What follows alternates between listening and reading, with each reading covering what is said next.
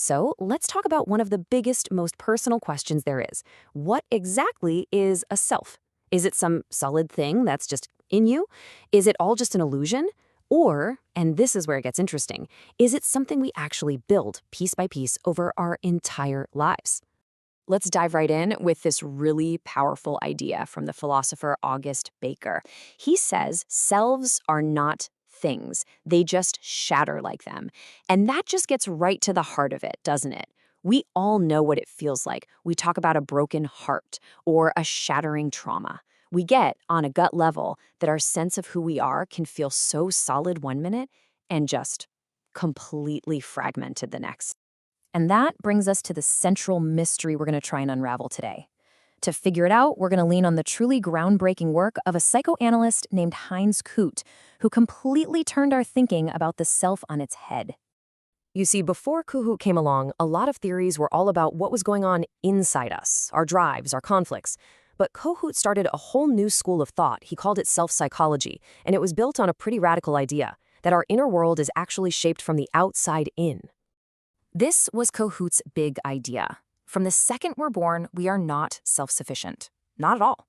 We rely, fundamentally, on the people around us, our parents, our partners, our friends, to give us what he called psychological nutrients. And the jobs that these people do for our sense of self, he called those self-object needs. Now, Kohut didn't just leave this as some big, vague idea. Nope. He got really specific. He identified 3 core pillars, 3 self-object needs that we absolutely have to get from other people if we want to build and maintain a strong, cohesive sense of who we are. Think of these like the essential food groups for your psychological health. You've got mirroring, idealization, and twinship. When we're getting enough of these, we feel solid, we feel whole. But when we're not, well, that's when our sense of self starts to feel pretty shaky. So let's break them down. First up is mirroring. This is that gleam of pride you see in a parent's eye when you show them a drawing. It's that friend who says, wow, you handled that situation so well. It's the fundamental, core human need to have our existence and our worth reflected back at us, to feel truly, deeply seen. All right, next we have idealization, and you'll totally recognize this one. Remember being a little kid and thinking your parent was the strongest, smartest person in the entire world? That's it. It's that feeling of safety that comes from connecting with someone we see as calm and powerful and wise. It lets us feel protected, like we're part of something bigger and stronger than just ourselves. And finally, there's twinship. This is that simple but oh so profound comfort of knowing that you're not some kind of alien on this planet. It's finding your people, your tribe. The ones who get your weird sense of humor, who understand your struggles. It's that feeling that someone else just gets it. But, like with any huge idea, it wasn't all smooth sailing. Kohut's work sparked this huge debate, and this really intense psychoanalytic fight, well, it came down to something that sounds tiny but is actually massive. It was basically a war over grammar. Right, so 2 major thinkers, Robert Stollerow and George Atwood, they pushed back, and they pushed back hard. They argued that by calling it the self, a noun, Kut was accidentally turning a fluid, always-changing experience into a static, concrete thing. It's this philosophical trap called reification, basically treating an idea like it's a physical object, like a chair or a rock. And you can really see the 2 sides of the argument here. For Kohut, calling it the self was just simple, useful language you could use in therapy. But for his critics, that little noun was dangerous. They said we should be talking about the process of experiencing selfhood, using a verb to remind us that who we are is always in motion, always shaped by our relationships and what's going on around us. This is where August Baker comes back into the picture. He defended Kohut, and he did it brilliantly. He pointed out that even Kohut's critics use these kinds of metaphors. They talk about shattering trauma and broken minds. Baker's point was simple. Look, nobody thinks a broken heart is a literal medical condition. And in the same way, Kohut's self isn't a physical thing. It's a powerful, useful metaphor for our core experience of who we are. Okay, so all this philosophical back and forth leads to a huge question, right? If these self-object needs are real, if they're so important, can we actually measure them? Can we take these ideas out of the therapist's office and put them under the microscope of a science lab? Well, it turns out, yeah, we can. A team of researchers decided to do just that. They created a scale called the Self-Object Needs Inventory, or SONI for short.